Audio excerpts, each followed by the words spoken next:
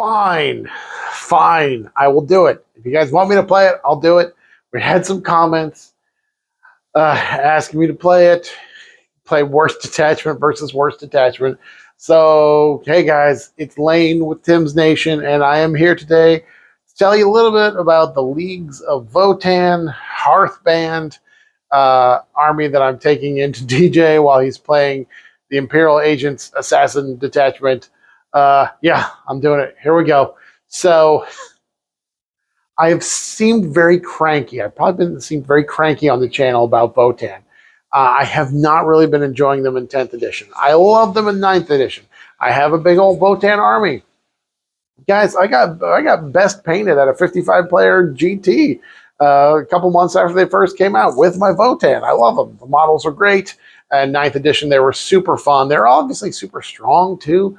But their rules were a ton of fun. The way judgment tokens worked, the way you handed them out, it was hilarious. It was great. And a lot of fun interactions in the army. Different units worked well together. There were synergies between the units. It was great. And then 10th edition came along, and GW just cut all the fun out of them.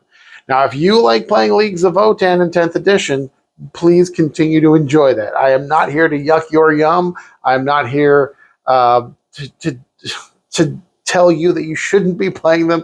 Enjoy your Votann, please. I hope you are enjoying them. I wish for people to enjoy their hobbies. But for me personally, I did not enjoy the 10th edition changes they made to the rules, and that a lot of things just don't, there's anti-synergies throughout the army. Things just don't work well together. And it was very frustrating to see the way they just nerfed the whole army into the dirt. Shortly after 10th edition indexes came out, they did buff the Hearthband Detachment by making it so that you give out judgment tokens, 2 judgment tokens to 4 different enemy units, which was a big buff that they needed those judgment tokens to be out there, because otherwise the army didn't function very well. But other than that, I just don't feel like there's very many synergies between units or abilities, or it's you put your stuff on your table and you go forward. If you roll some 6s, you get sustained D3 on some guns. And yeah, and again, if you enjoy playing it, please continue to enjoy playing it. I'm not trying to tell you that you're wrong. I'm just saying that for me, I don't enjoy playing Votann in 10th edition. It's very sad because I have all the models. I've got all the data sheets. I've got so many. I've got 5 Sagittars and 3 Hecatons and 20 Hearthguard, 18 jet bikes. I love the jet bikes in 9th edition, and now they're just kind of eh. So if you're enjoying them, please continue to enjoy them. Tell me stories about how you enjoy them and how they've secured you victories. Sing their praises in the comments, please. I'd love to hear that you're enjoying your hobby. I am very fortunate in that I have a very large Warhammer collection, so that I have other things I can play. I have lots of other armies I can play, so I have been doing that in 10th edition. Now, for Grazmas, they released additional detachments for a lot of armies, and some armies got some pretty cool ones. And Votann got, in my opinion, probably the second worst next to the Agents one with the Assassins. I don't want to be super negative, but it fails to interact at all with judgment tokens in any way. It doesn't help you get more judgment tokens with any kind of detachment abilities, enhancements, stratagems, nothing. And it's an army that absolutely needs judgment tokens to function because it has no rerolls to hit, and for the most part, other than the Hearthguard, is a ballistic skill, weapon skill 4-up army. So any negatives to hit, and then they're hitting on 5s. And that can be really painful. And if you don't have the ability to throw out a bunch of judgment tokens at the start of the game, man, it makes them not function well. So the Grazmas detachment is called the Hearthguard detachment because it's just for basically the Hearthguard.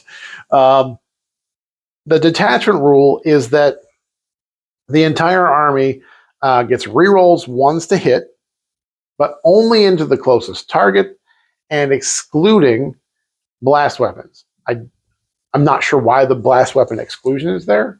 I guess they wanted to make it so that the graviton cannon Thunderkin don't benefit from the detachment at all. They wanted you to take a bunch of Hearthguard and wanted to make sure the grenade launchers on the Hearthguard don't work with the detachment at all. I don't understand the exclusion there for blast weapons. It's not like it would make it overpowered. We've seen other detachments like the Grey Knights one where they get rerolls ones to hit for everything, no matter how far away it is, on a weapon skill, ballistic skill 3-up army. And then they also get full rerolls to hit for all the purifiers and for when they're in their deployment zone and when they're within 6 inches of purifiers and if they control more than 2 objectives in no man's land and they get all these pluses. Votann get all these exclusions. Reroll once hit only to the closest enemy target, which is a bummer because your opponent can play around that. Oh, they can just put some trash units out in front, out in the open in front of their army. And if you want to shoot at their good targets behind those, you're not going to be getting your detachment rules. So it's easy to play around.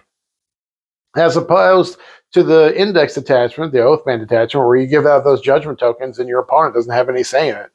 You can put them out there. They stay on there. They don't go away. They're always in effect. But this reroll once hit nearest eligible target.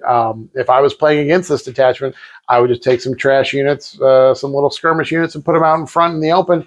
So when my Votann opponent came out to play, he'd have to, he could shoot at those and reroll once to hit, or shoot at my, the more juicy targets, the more powerful targets I have, and they would not be getting any rerolls, not getting the detachment bonus, because that's the only detachment bonuses are reroll once to hit nearest eligible target. It's shooting and fighting, so it does work in the fight phase as well.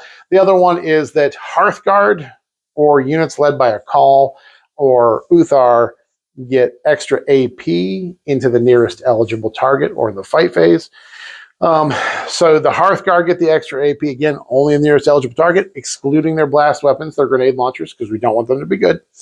And any units that are led by calls or Uthar, and the calls and Uthar can only lead Hearthguard or the Hearthkin, the little dwarf warriors. And we are not taking Hearthkin to do damage. They're not here to do damage output. So it's really just a detachment that benefits the Hearthguard. It's kind of weird because they make a bunch of enhancements that only go on calls, and it doesn't make any sense to take more than one call because only one call can use their, put a judgment token on something per turn. So it's another anti-synergy there. It's very frustrating. And again, like I said, there's enhancements in detachment and stratagems. Some of the stratagems are actually pretty good. There's some decent stratagems in there, but a couple good stratagems do not an army make. And I'll try to use those here today. But let's go through the actual list, and then we'll talk about how, what strats I plan to use and what enhancements we have on those today. So here we go, guys. Here's today's Votann. All right, so this is a very awkward 1,980 points of Leagues of Votann. In the Grotsmas detachment, this is the Hearthband Detachment.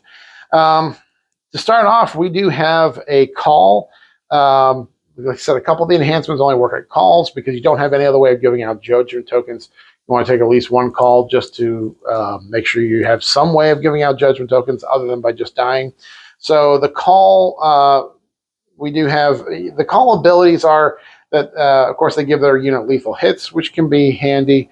But their other thing is the grim efficiency is that in once per battle round in your command phase, you can select one model for your army with this ability and then select one unit that is visible to that model, and that enemy unit gains one judgment token. I haven't really been taking calls in the index detachment, the Oathband, because the picking something in your command phase is so tricky because you might not have good targets that are visible to the call in the command phase. If you've got the call attached to Hearthkin warriors, that squad will get shot up pretty quickly. Or if they're attached to Hearthguard, they're going to get attacked pretty quickly too because the Hearthguard are strong. They don't have the same kind of character protections they had back in 9th edition, where they could just stand within 3 inches of a vehicle or something and not be targeted outside of 12 inches at all. So that made more sense for that rule to function that way in 9th edition. But in 10th edition, it's a little trickier because with all the precision and the fact that if you attach them to Hearthkin, you still have to put the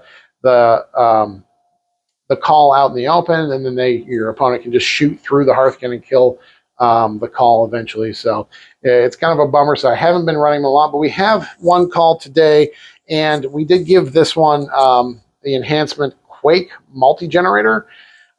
This is a fun little enhancement. I don't think it's going to be super strong, but basically in the shooting phase, the call can shoot something with her gun, and until the start of my next turn, that enemy target is suppressed, meaning they're just -1 to hit in shooting and fighting. It's a handy little thing. We'll see how it comes into play today. I know the agents don't have a lot of great weapons or ballistic skills for many of the infantry and that sort of thing, so it will have an effect on them if I tag them.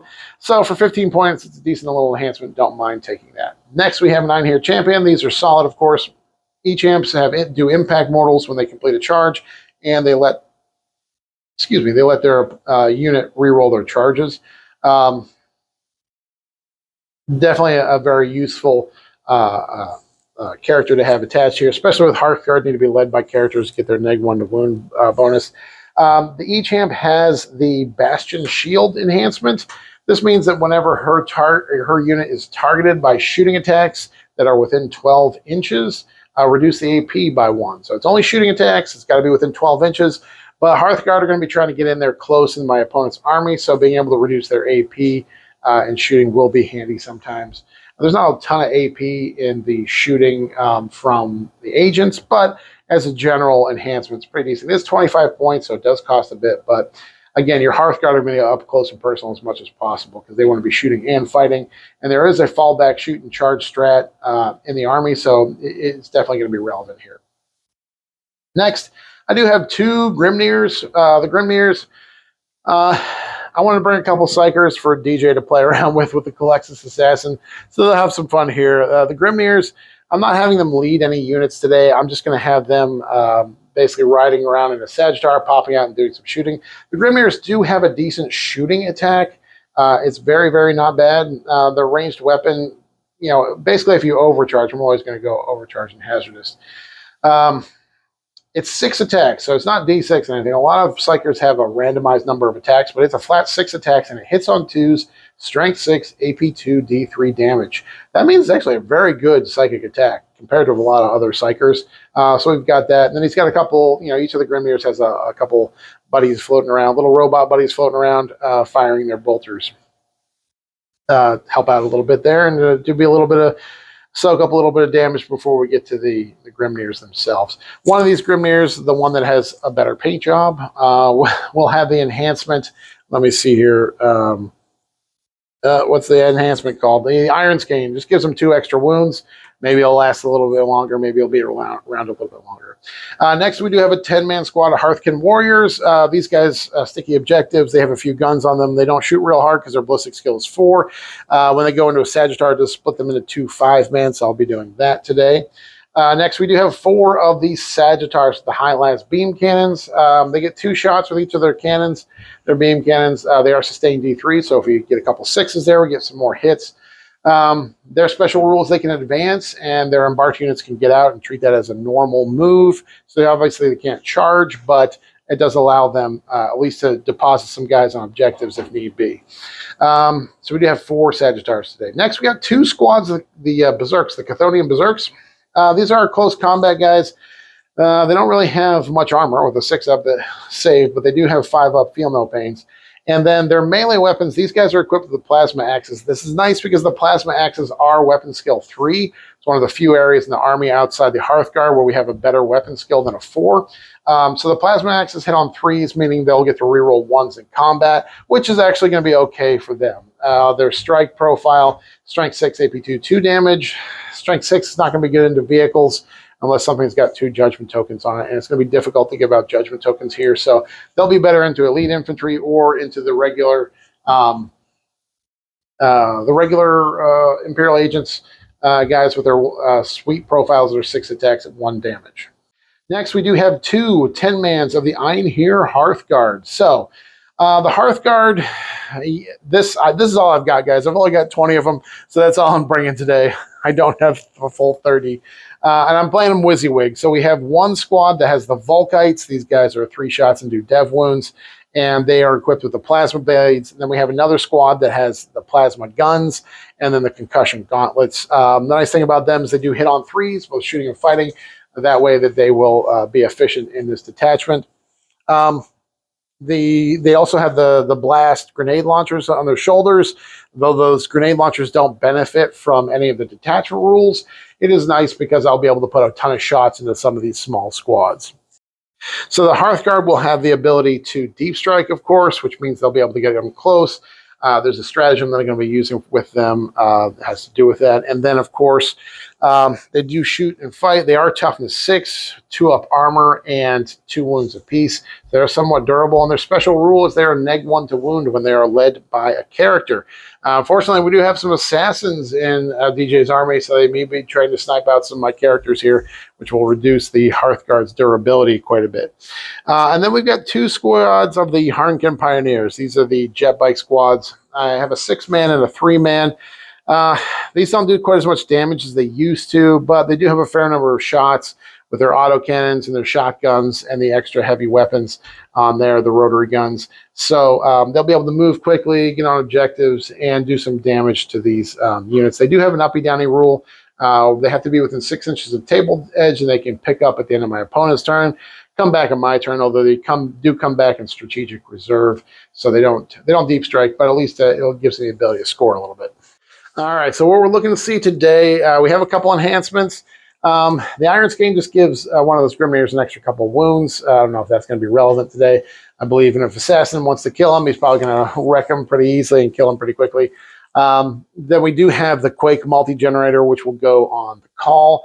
That's just kind of interesting. We'll see if this comes into a play at all, but basically it lets the call shoot something in the shooting phase until the beginning of my next turn. That unit will be -1 to hit. So I can tag an enemy unit and make them -1 to hit in shooting and fighting. Gives me some added durability and reduces the effectiveness of my opponent's units there.